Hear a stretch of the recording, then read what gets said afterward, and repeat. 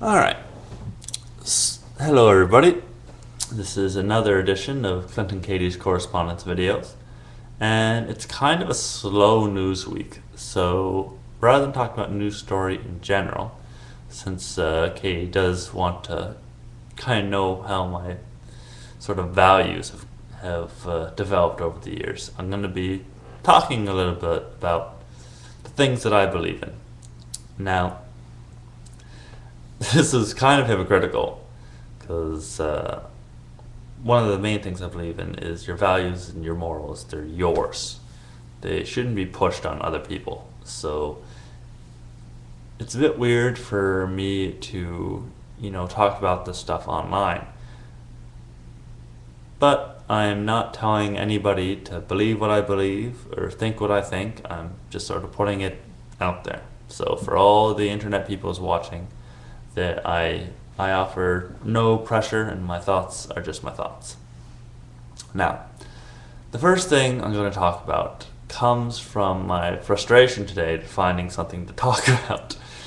Because I was on the CNN website because I couldn't find anything that interesting on the CBC website. And, well, the next time you have some time on your hands, here's a little party game for you. Go on to the opinion pieces on the CNN website. Try to find 3 articles that have nothing to do with religion. It's actually quite difficult. And this is something that really annoys me because to me there's nothing more private than religion. When people use it in politics or go on and on Facebook, it's like you're telling people, okay, this is what I believe. Why don't you believe in this? And it's just an attack. And I mean, I consider myself a Christian. I believe in God. But I pray at home. When I went to church before I sort of became disenfranchised with organized religion, I went in a building with other people who believe in Christianity. I didn't go on the internet or on a political floor or on some sort of soapbox to people who just aren't religious or aren't that kind of religious. I mean, it's so terrible for people to just sort of, go into a crowd where not everybody is of the same religion and say, hey, my religion is the best. So, whenever people post on Facebook their, tremendous religious experience, or if you're on a news site and they're talking about how you're going to vote for this person because he's of this religion, that just annoys me. Now, another thing I'd like to talk about was something that popped up when I was actually watching a movie with my friend and his mom. And it was an old movie from the 50s, I think. And it was called Guess Who?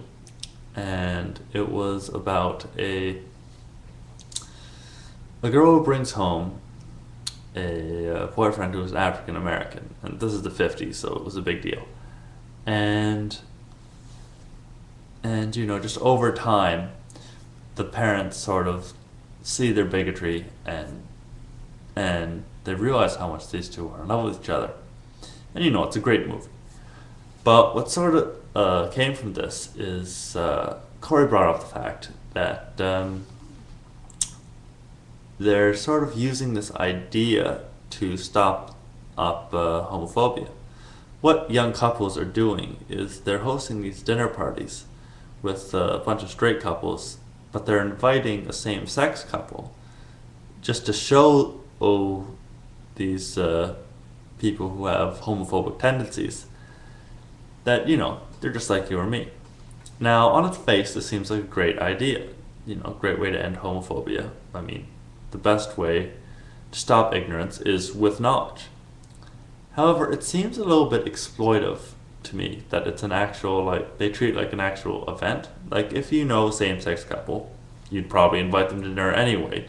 So, it's a good chance for them to meet, mingle, and stop some homophobia. But if you're making like, oh, here's my same-sex friends, it's like you're sort of showing them off, trying them out. It just seems really exploitive to me. So I think how it's handled could be well, but if you make the whole party about the same-sex couple, it'll be weird. Now, the last thing that I want to talk about is something that I thought about when actually flipping channels, because I watch a lot of the music channels because I like to start my mornings with music, so I'll have the music channels in the background when I'm doing dishes or doing my morning routine or what have you. And I listened to two different love songs. One's on Much Music and one was on the country station. And I noticed something that's quite typical in both sort of R&B and country music. In R&B music, when they're sort of singing a song about a great relationship, off the song was B.O.B.'s You Never Had It So Good. And I remember there was another similar song called Your Fantasy. And these songs are always talking about how great the girl's life is now that you're with him. And this just seems arrogant. I mean, do any girls actually, be like, oh, I want to be in a relationship with this type of person? Now, with country music, the songs are always, they're about how their life was nothing until they met this girl. Now, this seems a little bit needy, but at the same time, it's just so romantic how their whole world is this person. Now, me and Katie had an argument about the difference between sort of country and R&B love songs. There was a song on where there's a lyric and it says, I love you, girl, don't you ever effing question that. Now, Katie thought this was a great lyric, but I was horribly offended at this because it sounds like he's about to, hit her or something. I mean, you never yell at the person you love. Now, with country, like, I'll admit, I'm not as big a fan of country music as I used to, but if you look at the sort of serenade type songs, country music, whether it's being sung from the perspective of a man or a woman, they know how to treat the people in their relationships. I mean, if you went on a date with someone who basically acted like they were in an R&B song, and you went on a date with someone who acted like they were in a country song, I think you'd call the person from the country song back, because they just treat you like you're the most important person in the world.